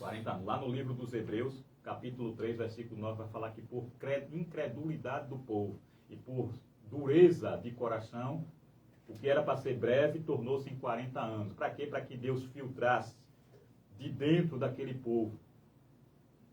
Duas coisas, os incrédulos e os estrangeiros. Porque muitas vezes a gente não fala, mas com a saída de Israel da terra do Egito, muitos oportunistas foram juntos. Povos que não conheciam a história de Israel e que, se entrassem na terra prometida com eles, se misturariam, colocaria costumes que não eram os costumes que Deus havia preparado para Israel, e o povo teria pecado antes. Então Deus filtra esse povo, 40 anos no deserto. 40 anos significa tempo de uma geração. Então só entra na terra prometida quantas pessoas? Dos que saíram? 2. Josué e Caleb. Aí aqui é interessante, porque Josué, lá no hebraico, significa Yoshua. Que, traduzido do grego, significa, na verdade, Yeshua, que você conhece como Yeshua de Nazaré, ou Jesus de Nazaré. Deus diz assim a Moisés: Moisés, até aqui você também não entrará, porque eu tenho preparado você só até aqui. Daqui para frente é com Yeshua. Interessante. Gostei. Ou seja, é o que eu falo, né? A história de Israel é tão interessante que uma coisa está sempre interligada com a outra. Ó, meu irmão, Tânia Ferreira, sua prima lá de São Paulo, tá mandando uma boa noite, falando que tá com saudade. Amém, Deus abençoe. Que bom, né? O bom da rádio, o bom da internet é justamente isso, né? Porque, infelizmente, tem essa distância, né? Mas as ondas do rádio, a internet vai nos aproximando. Que Deus abençoe. Ela é filha de Dona Jardim, Amém. que é irmã de minha sogra Eunice. Amém. Amém. Seu Elias também tá mandando um abraço para Amém. você. Deus abençoe os irmãos também na Lagoa do Pedro, né? No Araújo. Seu Elias está aqui. Tá aqui. Chegou hoje aí. Amém. Então, esse Deus abençoe os irmãos, né? Moisés sai, o legislador sai e entra agora o Senhor. Agora sim, eu quero que você entenda o seguinte: nós estamos falando de Israel, sempre trazendo a pessoa de Jesus. Quando eu falo do Senhor no domínio, não estou falando do Josué do Antigo Testamento, mas a personificação de Jesus Cristo que estava em Josué. Glória a Deus. Né? Porque Deus vai dizer assim para ele: olha, Josué, assim como eu fui com o meu servo Moisés, eu serei contigo. Então somente esforça-te e tem bom ânimo, e eu serei contigo. E depois ele vai dizer assim: esforça-te e tem bom ânimo, que eu serei contigo. E aí o nome Josué é o significado, a transliteração do nome Yeshua, ou Jesus Cristo, que depois nós chamamos de Jesus de Nazaré. Então é a pessoa de Jesus personificada na pessoa de Josué, que vai conduzir esse povo da porta, ou seja, dos montes, até a terra prometida. Por quê? Entenda uma coisa, que não é Moisés, não é José, não é Jacó, não é Abraão e nem Isaac, mas é Jesus Cristo que te pega de onde você está e te coloca na terra prometida, que é a Jerusalém celestial. Amém. Amém? Aí vai falar assim, ó, que esse povo agora entra, e quando ele entra, ele vai encontrar uma outra barreira, que é agora uma barreira física, que é a cidade fortificada de Jericó. É a primeira das grandes dificuldades físicas que Israel vai encontrar. Israel está preparado para entrar na terra prometida, um povo que não conhecia aquela terra, porque a Bíblia vai dizer só Josué e Caleb, dos que saem do Egito. Então, o que é que acontece aqui agora? Esse povo, preparado para entrar na terra de Canaã, na terra que Deus havia prometido a Abraão, voltando, né, que já deveria estar ali há muito tempo, mas por incredulidade preferiram ficar no Egito. Aí, de repente, tem lá Jericó na frente, com as muralhas fortificadas, que é considerada hoje ainda como uma das cidades mais imponentes da história. E Deus diz assim: está vendo tudo isso aí? Vou dar a vocês. Só que é um monte de pastores sem uma arma para enfrentar uma cidade fortificada lá. E Deus diz assim: mas a batalha não é de vocês, a batalha é minha. E vocês não vão ter que guerrear, vocês vão ter simplesmente que marchar. E marcha um dia, marcha 2, marcha 5, 6. No 7º dia, Deus disse: agora hoje vocês vão marchar 7 vezes. Só que tem um segredo. No deserto, Deus vai dando as leis, Deus vai dando os preceitos, Deus vai dando as ordenanças, Deus autoriza a criação da chamada Arca da Aliança, de todos os instrumentos musicais que deveriam ser conduzidos pelos sacerdotes. Talvez a gente não perceba, mas é no deserto que Deus vai levantando e produzindo Israel. E ali tem toda a organização dos sacerdotes, dos profetas, de todo o povo. E quando eles estão diante da cidade de Jericó, o povo agora já está organizado. E aí a palavra vai dizer o seguinte, que esse Jericó começa a se amedrontar, porque eles percebiam que ali não era um exército comum, mas era o próprio povo de Deus e a própria presença de Deus que estava ali. Quando eu mandar, os sacerdotes vão soprar e tocar as trombetas, e todo o povo gritará. E através do grito do povo, a Bíblia vai dizer que as muralhas caíram. Isso é comprovado pela arqueologia. As muralhas de Jericó ainda se encontram ali pedras que são originais das muralhas que caíram naquele momento do grito do povo de Israel. Então, a partir dali, Israel, agora mais de 2 milhões de pessoas, homens, mulheres, crianças, entram na chamada Terra Prometida. E aí começa a se dividir as terras por tribos. Simeão, Rúben, Judá, tal. Só que existem bênçãos que muitas vezes afastam você de Deus. Você às vezes é tão abençoado, você recebe aquilo que você buscava o tempo todo, que a primeira coisa que você faz é se afastar de Deus. E quando Israel é abençoado com a terra prometida, a primeira coisa que o povo faz é se afastar de Deus. Como é que nós sabemos disso? É que logo após o tempo de Josué, vem o chamado tempo dos juízes. Que é quando a Bíblia vai dizer assim, ó, o povo se espalhou, o povo se acomoda na terra, e cada um fazia conforme o querer do seu coração. Ou seja, já não tem mais regra. Já não se importava com os 40 anos no deserto, nem muito menos com os 400 e tantos anos no Egito. Nem para os 10 mandamentos. Só que eles se esqueceram também de uma outra coisa. Quando eles atravessam o rio ou o mar de juntos, e que eles chegam do outro lado, a Bíblia diz o seguinte, constrói aqui um altar de pedras, para que todos os teus filhos depois de ti possam vir aqui e olhar e lembrar que isso aqui é um concerto, uma aliança. Por isso que Josué vai dizer assim, até aqui nos ajudou o Senhor.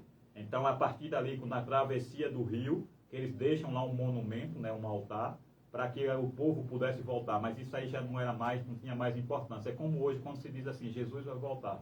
E as pessoas olham para você e dizem assim, ó, esquece disso.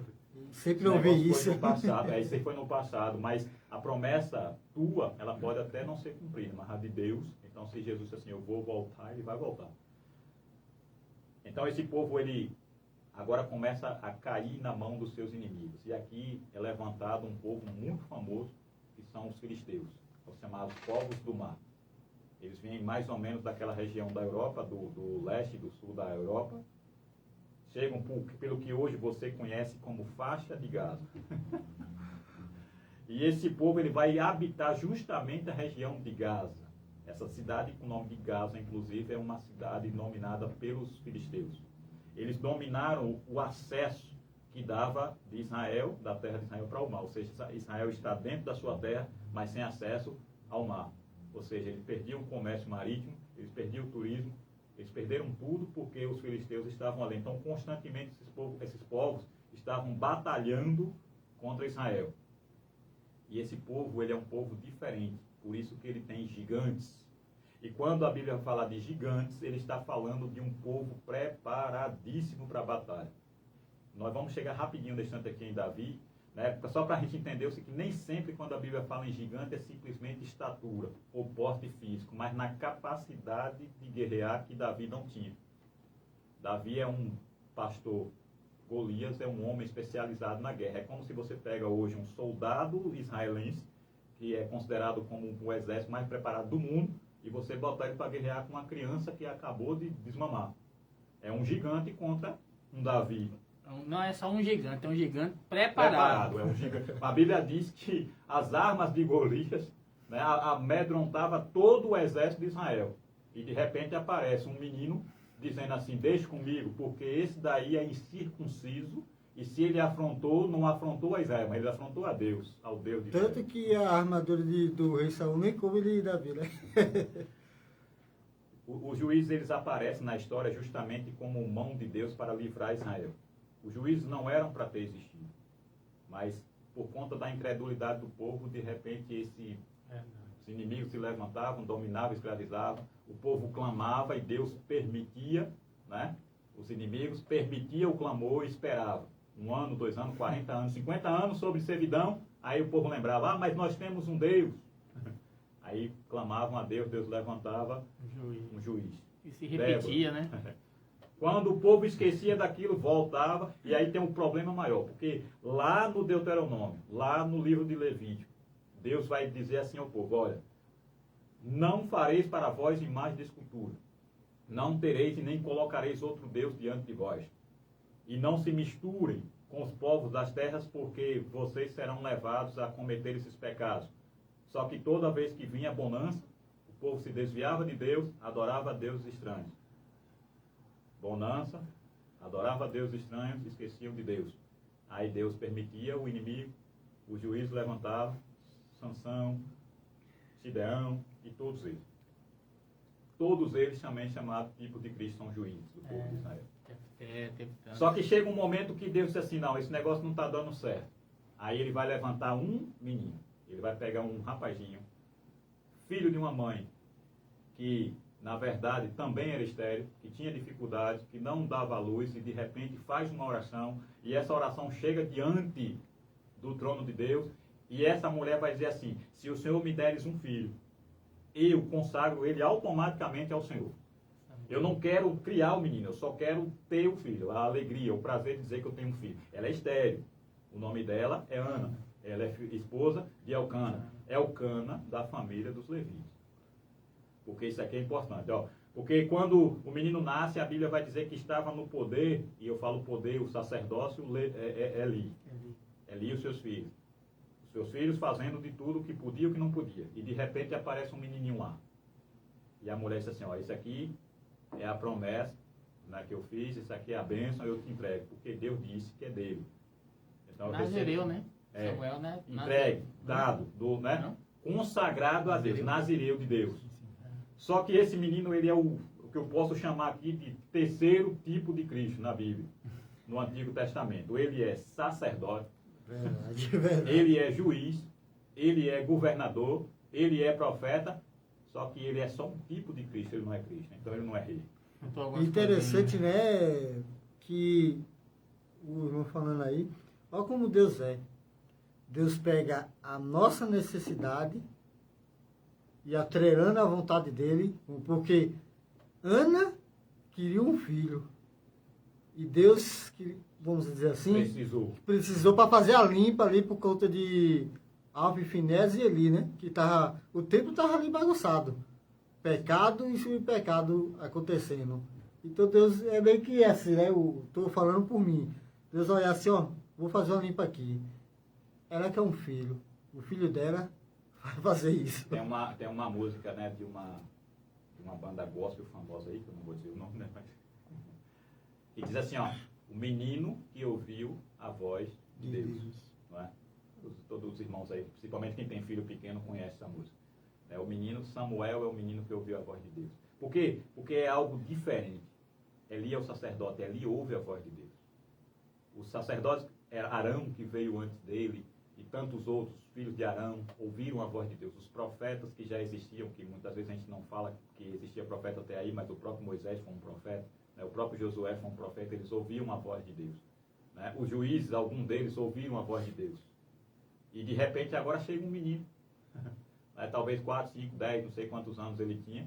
Eu sei que ele ainda é o maior, eu sei que ele tinha de 12 anos para baixo, que ele ainda é considerado como uma criança. E de repente ele chega lá e diz assim, fala, Senhor, o que é que o Senhor está precisando? Ele está falando como se fosse ali. Ele disse, não, vai dormir, menino, que eu não te chamei. Segunda vez, terceira vez, ele fala, opa, tem alguma coisa assim, diferente aqui. Quando você voltar para o seu quarto, se você ouvir de novo a voz, você diz assim, eis-me aqui, Senhor. Fala, porque o teu servo ouve. Eita, glória. Ou seja, ele está dizendo assim, eu vou te preparar para uma coisa interessante. E assim, ó, Deus ele é tão bom que quando ele fala com Samuel, ele já está também automaticamente falando com Eli. Está dizendo, é o meu filho, viu? Sou eu que estou falando com ele. Ele está preparando todo mundo. E aí quando ele vai falar com Moisés, com Samuel, Samuel vai dizer, fala, Senhor. Ele não conhece.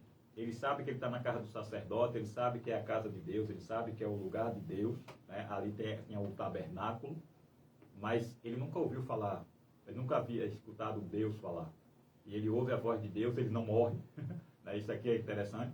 Ele não morre porque ele é separado por Deus. E Deus separa ele, como eu disse, para profeta, para sacerdote, para juiz, mas não separa para rei, porque o rei vem depois dele. Ele se torna, e aí é uma coisa que a gente precisa chamar a atenção, Samuel não morreu menino. Porque muitas vezes quando lemos a Bíblia ficamos tentados a achar que Samuel é criança, que ouviu a voz de Deus criança, que foi sacerdote criança. Não, sacerdote e adulto. Ele cresceu. Ele foi um grande legislador dentro de Israel. Passou todos os rituais, passou tudo. Passou tudo. Ele se torna um ancião, inclusive, a ponto de todo Israel. Quando ouvia dizer assim, aí vem o Samuel, todo Israel temia. Tanto que quando ele sai da sua casa, ele vai até Belém. E quando ele chega em Belém, ele chega na casa do pai de Davi, né? Jessé, e os seus irmãos vão temer pela vida deles, vão dizer misericórdia. O que é que esse homem quer aqui? Ou seja, aquele homem representava a presença e o juízo de Deus. Então, se ele vai até ali, alguma coisa estava errada. E certamente Jessé vai temer pelos seus filhos, vai dizer, alguma coisa aconteceu. Vem de paz, e ele vai dizer o quê? É sim de paz. Eu quero somente que vocês venham sacrificar comigo. E hoje eu vou comer aí, na casa de vocês. Ó, quando ele fala em comer, quando ele fala em cear, aí nós lembramos de outra história. Da ceia do Cordeiro, da ceia do Senhor. Jesus chama os seus discípulos, Jesus vai e ele diz assim, hoje eu vou cear com vocês. Só que a ceia do Senhor, assim como a ceia de Samuel, não era simplesmente para comer, não era um banquete. Era uma preparação para algo maior que vem depois. E ele está dizendo assim, isso tudo aqui é um ritual para a missão que eu tenho preparado para Pedro, João, Tiago, Felipe, até a igreja de Miguel Ramon, a igreja no Brasil, a igreja de São Paulo, como as irmãs estão acompanhando aí, que precisam estar preparados, porque a partir de hoje eu saio e vocês vão ter que dar conta. Samuel está dizendo assim, ó, Deus aturou, como nós falamos, esse homem aí, chamado Saul, escolha de vocês, escolha do povo, por quê? Porque uma das coisas que aconteceu, irmãos, é o cumprimento aqui, é o cumprimento do que está escrito no livro de Deuteronômio, capítulo 17. Se você quiser abrir a tua Bíblia, você vai ver. Lá em Deuteronômio, capítulo 17, Deus está dizendo, não tereis sobre vós rei. Israel não era para ter rei. Por quê? Porque quem governa em Israel é Deus. Quem é o rei de Israel é Deus. Só que Deus é Deus porque Ele é Deus. Ele é onisciente, onipresente, onipotente, Ele sabe de tudo, Ele conhece tudo, Ele conhece o passado, o presente e o futuro. E Ele já sabia na sua onisciência de que aquilo ali ia acontecer. E um dia, o povo assentado na terra iria pedir um rei. Olhar para os seus vizinhos e dizer, por que todo mundo tem um rei e nós não temos? Queremos ser iguais a eles. Queremos um rei. E essa proposta vem diretamente a Samuel. E aí, Samuel é um tipo, mas não é Cristo, e ele não vai se, e ele vai se irritar. Ele vai tornar-se ali angustiado, porque ele dizia assim, esse povo está me negando, está me desprezando. Deus está dizendo, ô Samuel, não se preocupa com isso não, que antes de desprezar a vós, já desprezaram a mim. Pode ouvir esse povo, eles querem um rei, bota um rei. Agora, manda ler aí o Deuteronômio. E no Deuteronômio capítulo 17, vai falar sobre como seria um rei, ou como deveria ser um rei em Israel. Filho do teu povo, escolhido por Deus. Agora, se vocês escolherem por vocês mesmos, ele tomará os vossos filhos para escravos e as vossas filhas para servos. Trará para ele riquezas, poderes e dominará sobre vocês. Mas se vocês me ouvirem, o rei será da seguinte forma. Filho dos teus filhos, cumpridor das promessas e cumpridor da lei do Senhor. Não trará para si riqueza, não ajuntará para si cavalos, nem ouro e nem prata, e nem mulheres. Jesus. Maravilhoso. Não, isso aqui é interessante porque assim, Pesado. Saul ele é colocado pelo povo, Saul ele é exigido pelo povo, é escolhido por Deus, mas exigido pelo povo. Quem escolhe Saul é Deus. Por isso que a Bíblia vai dizer que Saul começa muito bem. O governo de Saul, no início, é um governo de um rei digno. Só que de repente, por ser escolhido pelos homens, ele deixa o reinado subir ao seu coração e de repente ele começa a se desviar, fazer aquilo que não deveria. E Deus preparando um rapazinho chamado Davi, da casa de Belém, Efrata, né? E de repente é um menino que está lá, pastor, tipo de Cristo. Pastor de ovelhas, Jesus ele é pastor da igreja, ou pastor das nações. Ele dava a sua vida pelas ovelhas animais, Jesus dá a sua vida pelas ovelhas você. Só que Davi não morreu por você, mas Jesus derramou o seu sangue Glória a carnezinho para Deus. te salvar. Aleluia. Aí aqui uma coisa interessante é que quando Davi sobe ao trono, Deus traz para Israel um homem segundo o seu coração. Ele está dizendo, eu tiro Saul, que foi escolhido por vocês, e eu coloco Davi, homem segundo o meu coração. Davi não era bonito, Davi não era grande, Davi não era forte, Davi não era guerreiro, Davi não era do exército, mas ele se tornou o maior de todos os guerreiros de Israel, da antiga aliança. Tanto que ele não pôde construir o templo, porque a Bíblia vai dizer que ele estava com as suas mãos manchadas de sangue, porque não é que ele matava a gente de todo jeito, é porque ele era um guerreiro. Deus separou ele para ser o guerreiro. Deus separou Salomão, filho de Davi, para ser... Só que aqui, vamos falar de Salomão só para a gente encerrar. Não sei como é que está o tempo aí, mas só para a gente... Observe uma coisa 14 interessante. minutos. O Deuteronômio capítulo 17 fala totalmente do rei Salomão. E ele vai dizer assim, ó, esse rei, ele será dos filhos. Salomão, ele é filho de Davi, com uma mulher que veio ser esposa de Davi depois, mas que outrora era casada com Urias. Todo aquele processo que você conhece, mas não é Davi que escolhe Salomão para ser rei em lugar de Davi, porque Davi tinha pelo menos 6 filhos antes de Salomão. Todos aqueles que brigaram, inclusive os que guerrearam contra o próprio Davi, tinham razão e o direito de reclamar o trono, porque eles eram primogênitos, eram anteriores a Salomão. Mas Deus está dizendo assim, para Betseba, para o próprio Davi, ó, o menino do adultério morreu, mas eu amo a esse Salomão que vem depois dele. Então, o que era errado, Deus consertou. E o que era um adultério, Deus tornou depois aqui num casamento legítimo, um filho legítimo, que tornaria rei em Israel, com direito ao trono. Um rei sábio, tipo de Cristo. Esse aqui talvez tenha mais e tenha menos do tipo de Cristo, mas é também um tipo de Cristo, porque ele é sábio, ele é juiz, e é um juiz justíssimo, nós sabemos disso. Aquela história do cortar a criança é a prova disso. Ele é o rei senhor de todas as coisas. A Bíblia vai dizer que durante o reinado de Salomão houve paz. É um reino de paz. Não tinha inimigo. Ninguém ousava se levantar contra o reinado de Salomão. A rainha veio, atravessa a África toda, trazendo seus pertences, seus bens lá, o que ele achou que deveria trazer como presente para Salomão, porque ela queria conhecer com seus olhos e ver com seus olhos a fama daquele homem que está lá no Oriente. Só que uma coisa que é interessante aqui, ó, nós precisamos chamar a atenção também, é a chamada rainha de Sabá, terra de Sabá, Etiópia, por ali. E aqui, ó, ela sobe e volta depois como missionária. Muito se fala assim, mas ele teve um caso com ela, não sei, o rapaz ele tinha 900 mulheres e não sei quantas concubinas. 300. Né? 700 mulheres, né? 700 mulheres e 300 concubinas. Em outras palavras, bíblicas. E o Deuteronômio está dizendo aqui, ó, não multiplicarás para si mulheres. Não terás mulheres estrangeiras. Sabe qual é a primeira mulher de Salomão? A filha do faraó. Aqui tem um texto interessante aqui que ele vai falar o seguinte também, Deuteronômio, que esse rei não faria o povo descer para o Egito. E a primeira coisa que Salomão faz é voltar no Egito, casar-se e fazer uma aliança com a filha do faraó. Então Deus vai aturar Salomão, mas ainda na história de Salomão, Deus divide o reino. Deus está dizendo assim, eu vou repartir e só vou deixar uma tribo por amor ao meu servo Davi.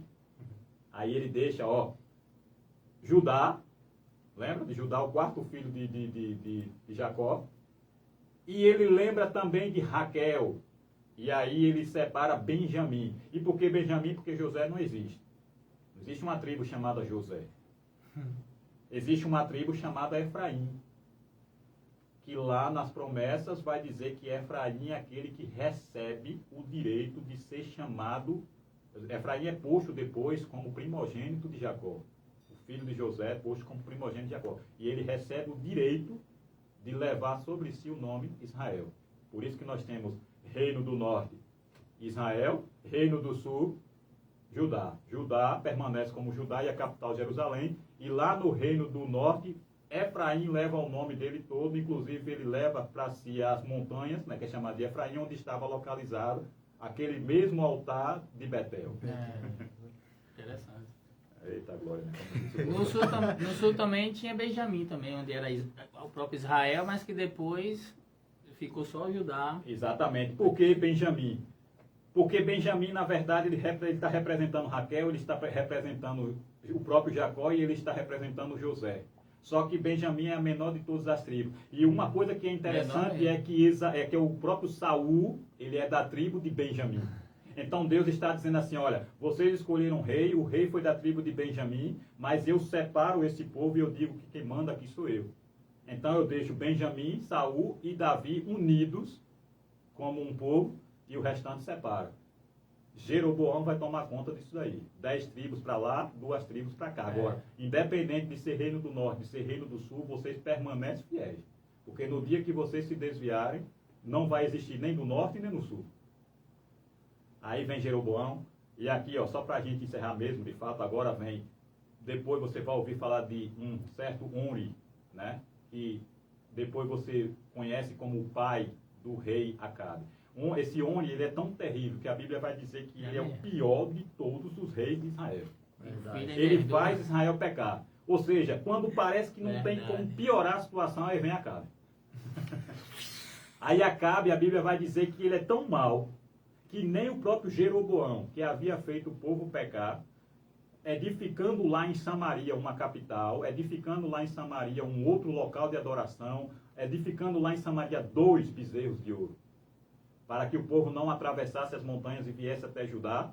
Aí Deus está dizendo assim, ó, agora eu vou levantar um que é para vocês entenderem como é que funcionam as coisas. Esse não somente vai ser o pior de todos, como ele vai cometer o pior de todos os pecados dentro de Israel, que é se casar com a pior pessoa que já existiu na face da terra. Jezabel.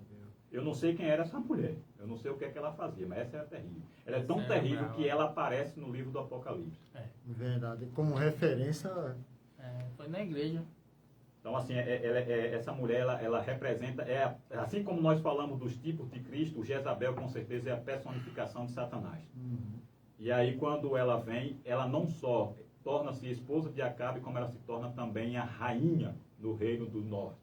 Ela é quem manda, ela é quem dita as regras, ela é quem faz Israel pecar. Ela implanta dentro do reino do norte o culto a Baal, uma estátua desse tamanho, mas que ela era profetisa e sacerdotisa dele, e de Azerá, a esposa desse Baal, né? E ela vai colocar esse culto ali dentro, ela vai colocar culto a deuses estranhos, inclusive a Bíblia vai falar que Deus, os reis que vieram depois dele, passaram os seus filhos ao fogo, ou seja, sacrificaram os seus filhos, para que viesse todo tipo de bonança que não vinha, esqueceram de Deus. E aí, quando Deus entende que não tem mais jeito, ele chama os seus servos.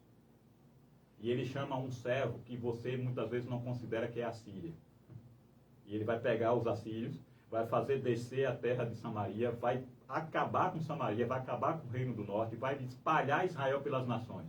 E no lugar onde estava Israel, o reino do norte, ele vai colocar estrangeiros, que depois são chamados de samaritanos, povos misturados, que vai causar problema durante o período de Jesus Cristo de Nazaré. O reino do sul permanece ainda por algum tempo, mas também continua servindo a deuses estranhos nos caminhos do reino do norte. E de repente Deus levanta aquele que ele chama de meu servo, o rei Nabucodonosor da Babilônia. Babilônia, capital da Mesopotâmia, de onde Deus havia tirado Abraão, Isaac e Jacó. Maravilhoso. E ele está dizendo assim, vocês podem fazer o que vocês quiserem, mas eu conserto. E ele pega Nabucodonosor, leva o povo cativo, e daí você conhece a história de Daniel, Ezequiel, Jeremias e tantos outros. E 70 anos depois de toda essa história, você conhece a história de outros homens como Esdras, Neemias, Jesua e Zorobabel. E depois disso tudo, você vai ouvir falar de um Herodes. Esse Herodes, na verdade, é um cargo político. Era um romano colocado como governador da Judéia. E é exatamente esse que vai estar governando nos dias que nasce Jesus Cristo de Nazaré. Eu quero que você entenda o seguinte: Jesus veio na hora certa, no momento certo, com o rei certo, com o governador certo e para o povo certo. Por isso que a palavra vai dizer lá no livro, se eu não me engano, de Neemias: a glória da segunda casa será maior do que a da primeira. Ele está dizendo assim: a partir de hoje vai começar o chamado período interbíblico. Eu acabo com o Antigo Testamento e eu crio a partir de hoje uma nova aliança. Tudo se fez novo, as coisas velhas se passaram. A nova casa, irmão, não é o templo, não são as paredes. A nova casa é o próprio Jesus Cristo de Nazaré glorificado na cruz do Calvário. Amém, Jesus. Glória a Deus.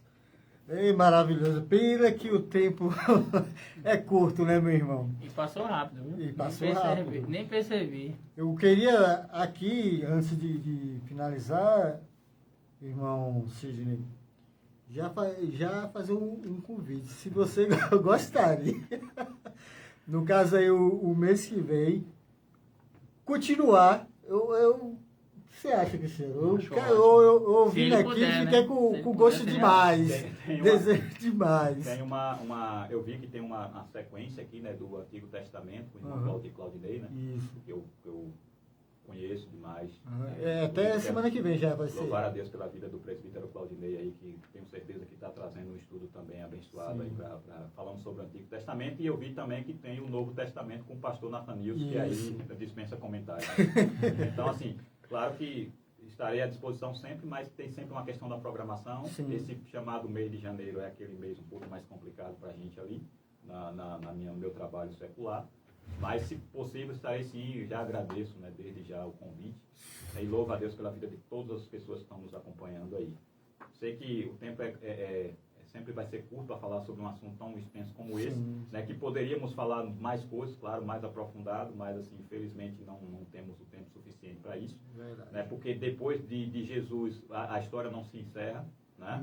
E aí depois ele vai dizer assim, só para encerrar minha participação, ele vai falar assim, ó, vocês destroem esse templo e eu em 3 dias reedificarei. Só que eu quero dizer alguma coisa para vocês assim: quando vocês virem a profanação do lugar santo, né, quando vocês virem a abominação onde não deveria estar, no lugar santíssimo, aí vocês começam a se preparar que o Filho do Homem estará voltando. Alguns anos depois da morte de Jesus, para que se cumprisse o que ele disse, Israel começa a sofrer a chamada diáspora. Israel é espalhado pela terra. É uma promessa de Deus. Israel seria espalhado, seria lançado fora, para quê? Para que a igreja começasse a trabalhar. E quando a igreja começa a trabalhar, Israel é espalhado, depois vem a Segunda Guerra Mundial e vem o Holocausto. E todos começam a olhar e dizer assim: Israel vai acabar. Israel não vai acabar. Porque existe uma outra promessa que diz assim: naquele dia final, eu arrebanharei os meus filhos, e onde eles estiverem, em todas as nações, voltarão e congregarão em Jerusalém. E assim, observe uma coisa: hoje um movimento grande que acontece no mundo é o retorno de judeus espalhados de todas as nações que já começam a retornar para Israel, que significa dizer, somado com os projetos da criação do terceiro templo, com toda a preparação da consagração desse templo, que Jesus está voltando. Porque ele disse assim: quando vocês virem tudo isso, e quando esse evangelho do reino for pregado em todas as partes do mundo, aí vocês, todo o olho vai ver o Filho do Homem chegar nas nuvens, e a trombeta vai tocar. Amém, meu amado. Então ficamos assim. Se não der para o mês que vem, que seja fevereiro, mas iremos ficar muito felizes que o irmão retornasse aqui. Até lá, Deus colocará um tema no nosso coração, se continuar ou não, sobre essa questão, mas tudo está no controle de Deus, como já foi falado, diante da palavra, amém? Mais uma vez, meu irmão, gostaria de te agradecer, que Deus continue te abençoando, abençoando sua família, que o Espírito Santo seja constante na vida de vocês, amém? Meus amados irmãos que estão aí nos acompanhando até esse momento, né, do Cineia, aí de São Paulo, boa noite, minha querida. Deus te abençoe a todos. Leonardo, muito obrigado pela sua participação, minha querida. Eugênia, Deus te abençoe também, minha amada. Eu gostaria de falar aqui com o nosso irmão Cristiano, assim, para ele estar orando, finalizando assim, desde já. Amém? Glória a Deus. Amém. Boa noite a todos, na paz do Senhor. Oramos então. Senhor, meu Deus, Pai amado, Pai querido, estamos aqui, Senhor, na Tua presença, Pai, para agradecer, Senhor. Muito obrigado, Senhor, por ter trazido, Pai, esse tema que edificou cada vez mais as nossas vidas, Senhor. Aprendemos muito, Senhor, e que a gente possa, Senhor, através do Teu Espírito, botar tudo em prática, Pai. Que todos esses exemplos bons que foram citados aqui, Senhor, a gente possa se inspirar e crescer na graça e no conhecimento cada vez mais, Senhor. Vai nos ajudando a conduzir esse programa, Senhor. Nos ajuda, porque somos extremamente dependentes de Ti, Senhor. Abençoa cada um que seguiu, que ouviu, que o Senhor possa edificar e frutificar essa palavra no coração de cada um, Senhor. Para que cada um possa também, Senhor, se fortalecer e crescer e viver para Cristo, que é o nosso objetivo de vida enquanto vivemos aqui nesta terra. Então vai nos ajudando, nos guiando, Pai, em nome de Jesus. Amém. Amém, glória a Deus. Lembrando, meus amados irmãos, vocês que chegaram aí no meio da programação, amanhã, lá no YouTube, coloque lá no YouTube Assuntos do Reino, estarei colocando pela manhã essa programação de hoje. Coloca lá, curta, toca o sininho e ajuda a proclamar essa palavra maravilhosa. E se inscreva, toque no sininho lá e se inscreva no canal. Amém? Deus abençoe a cada um de vocês e até sexta-feira que vem, se assim nosso bom Deus permitir, com o tema O Velho Testamento, segunda parte. Fique com Deus.